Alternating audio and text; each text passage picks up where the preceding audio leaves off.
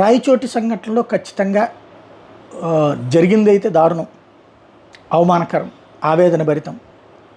సరే, పట్టించుకున్నటువంటిది పక్కన పెడితే ఎట్టకేలకు ప్రభుత్వం స్పందించి సబ్ ఇన్స్పెక్టర్ని అయితే మాత్రం వాస్తవంగా మొన్న బీజేపీ ఎమ్మెల్యేలు చంద్రబాబును కలిసినప్పుడు ఆదోని ఎమ్మెల్యే పార్థసారథి ఈ విషయాన్ని ప్రత్యేకించి నోటీసు తీసుకెళ్ళి, ఏంటి సార్ ఇది, హిందువులందరూ మనోభావాలు గాయపడి ఉన్నాయి అన్నటువంటి విషయం చెప్పినప్పుడు కొన్ని సమస్య ఉంటుంది, మనం ఒక్కసారిగా వ్యవస్థని మార్చలేము, ఇట్లాంటి ఆలోచనలు ఉన్న వాళ్ళు ఉంటారు, ఇదిగో ఎఫ్ఐఆర్ కాపీ తెప్పించుకున్నా నేను చూస్తున్నాను అని ఆయన చెప్పడం.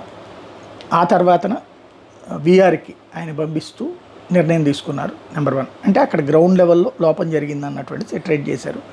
నెంబర్ 1. నెంబర్ 2, ఇప్పుడు ప్రభుత్వం చేయాల్సినటువంటి ఒక బాధ్యతాయుతమైన నిర్ణయం తీసుకున్నారు. ఇంకొక బాధ్యతాయుతమైన నిర్ణయం ఎఫ్ఐఆర్లు తీసేయడం అన్నటువంటి. టెక్నికల్గా అవి తేడా ఉందని చెప్పేస్తే ఎఫ్ఐఆర్ రద్దు చేసేయచ్చు.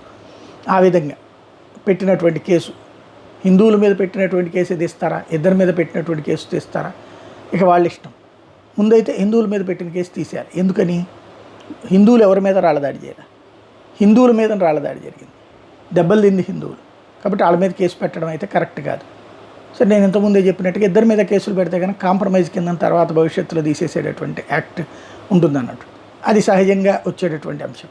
కాబట్టి ఇప్పుడు ప్రభుత్వం ఆ ఎఫ్ఐఆర్ని రద్దు చేస్తే మరింత న్యాయం చేకూరినట్టు అవుతుంది.